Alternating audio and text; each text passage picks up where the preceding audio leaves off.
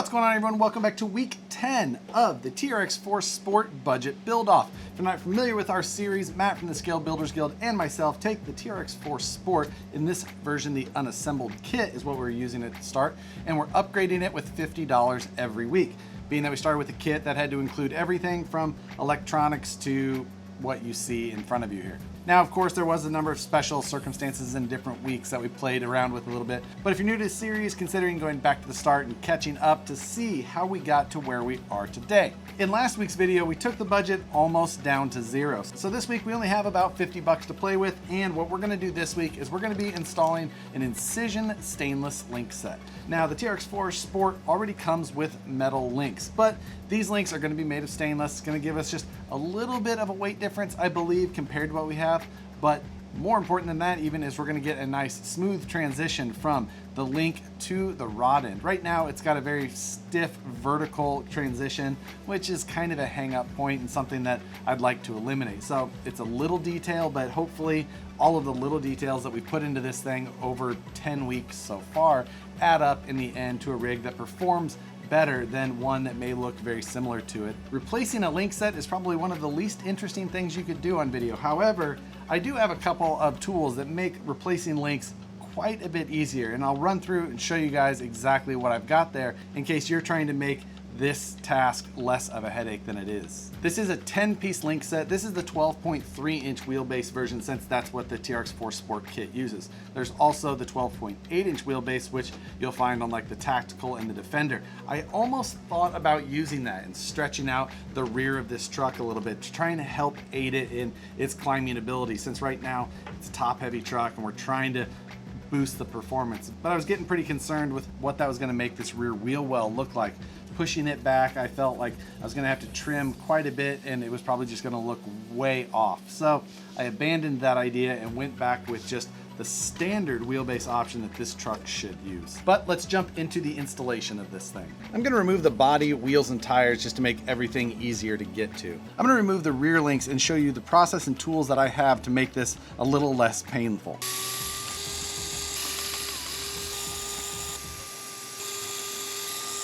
On the rear suspension of the Traxxas, the upper and lower links are different sizes, but the same length. It's the diameter that's different. On the replacement links, they're actually all going to be the same length and diameter. So the tools that I have for changing links are these two tools here. This is a 3D printed tool called a Zerba tool.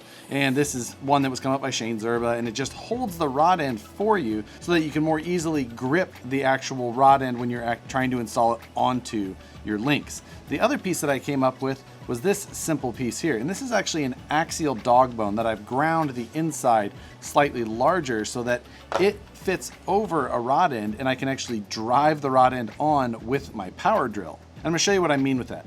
The one thing is that I don't have the inside of this opened up enough to work with a rod end that has the ball on it still. So what I'm gonna do is I'm gonna take my rod end pliers and I'm gonna pop out the pivot balls on these. That'll only take me a couple of minutes and I'll save the time being able to use the tools that I have.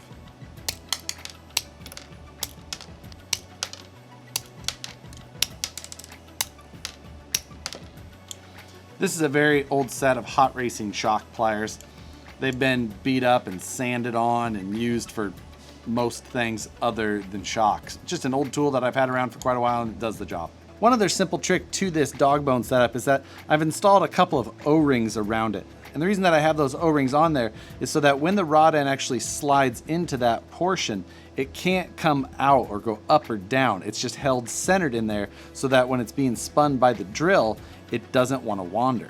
So I'm going to take my power drill and chuck the dog bone into the... I've got my assembled link here, and I'm going to hold one side with that Zerba tool. And I just realized that the larger Traxxas rod ends actually don't fit inside of this tool. And that's a bummer because that does actually save me a good bit of time. I can do it a different way, but it's just not as convenient. So what I'm going to end up doing for now is I'm just going to hold the rod end on the hexed section with those shock pliers that I showed earlier. So it spins that rod end off super fast.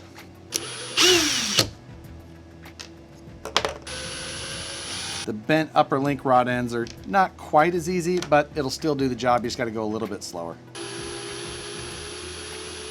After doing one side of the links, we remove the dog bone tool from the drill, and then we actually just chuck the link directly into our drill. And now we're going to do the same thing, holding the rod end.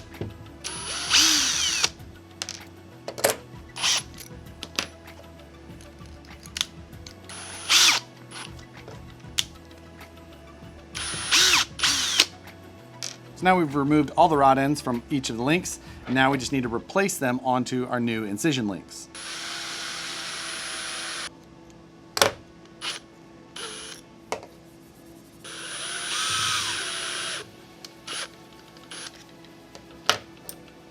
So we have one end of the rod ends reinstalled. Now we put the dog bone tool back in and reinstall the other side. Just going to start them by hand first.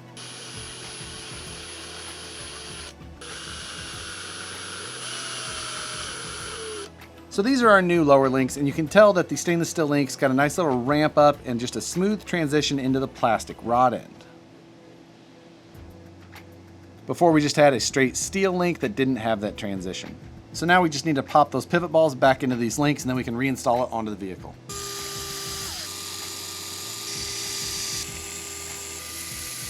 So here we can see the difference between our steel links and our stainless links. Visual difference isn't anything really I'm concerned about, but an obvious change that we made. I'll take this opportunity to show a close-up difference between those stock steel links and the new transition on our stainless incision links. Now I'm going to quickly run through the removal and installation of our new links on the front off camera. One tip is that it may be a good idea to have your manual handy, just so that you can go through and check the overall lengths of the links compared to the one-to-one views in that manual. So installing links is, again, far from the most glamorous thing you can do, and even the tools that I have that normally make this process so quick and easily really didn't work perfectly with the TRX-4 rod ends. They're just a little bit different than the standard rod ends that I'm used to using, but that's the nature of it. Another thing to note is that that link kit is normally made for the rod ends that come on the TRX-4 Defender and the Tactical, which are slightly different than the Sport. They changed the rod ends on the Sport compared to those. So some of the shoulders don't match up exactly as I'd like. So had to do some kind of fiddling around there, and it's not as ideal as I'd really like it to be. I don't understand why they changed it on this one versus something like the Defender or Tactical, even when you're looking at things like the Blazer or Bronco compared to this, but it's the nature of it. But we're just slowly making progress on this truck to increase performance every week.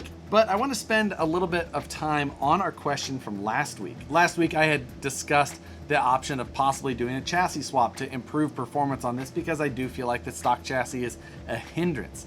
And there were some really interesting comments that I found. Some of the comments were saying that if you change the chassis, it's no longer a TRX-4. And I understand that line of thinking, and some people do think that way. The majority of people wanted to stay with the stock chassis. So that's what we're gonna do. We're gonna try and stay on that path and just make the best of what we have. Some of the comments were interesting though, saying like being too critical of it. And that's what we're here to do. The stock chassis definitely has limitations. This truck has limitations. It's too top heavy, and the most popular way to fix that, I feel, is a downfall to performance to really our end goals. So we have to be critical. In order to find ways to make this truck perform as well as some of the others, we have to find ways to try and fix it. But people don't want to see a new chassis, so we're not going to put one in there. We're going to find other routes. The stock shocks in this truck are really good, so we're not going to change those either, but we're definitely going to do a little bit of work to those, and we'll get to that very soon. But it's just very interesting that besides a bunch of brass upgrades, there's not a lot of great performance modifications available for these trucks. As Matt and I both kind of discussed, this truck has a different crowd in a lot of ways than other trucks in this segment. I think for the price, this is the most durable truck you can buy. But the performance of it, even though it has portals, just doesn't stack up, partially because it has portals. So for this week, my question is less of a question and more of a challenge in a way, and that is, for this truck specifically, meaning specific options, that means not tires, wheels, or even shocks. What upgrades have you found for this truck that are not brass, that are performance upgrades? Strictly performance, not aesthetic upgrades, performance upgrades. I want to see what you guys have found and what you think are performance upgrades. Drop them in the comments. I'm dying to read them because honestly, I think this truck needs things that I don't know if they exist. Hopefully you guys can educate me on things that exist that I haven't seen yet. But with that, guys, thanks as always for watching the series. I hope you guys have an awesome rest of the week. Hit the like button if you enjoy these videos. Subscribe if you're not already. Hit the notification bell so you see the videos as soon as they get uploaded. We'll see you back here next Wednesday for week 11 of the budget build. And again, thanks for watching and we'll see you on the next one.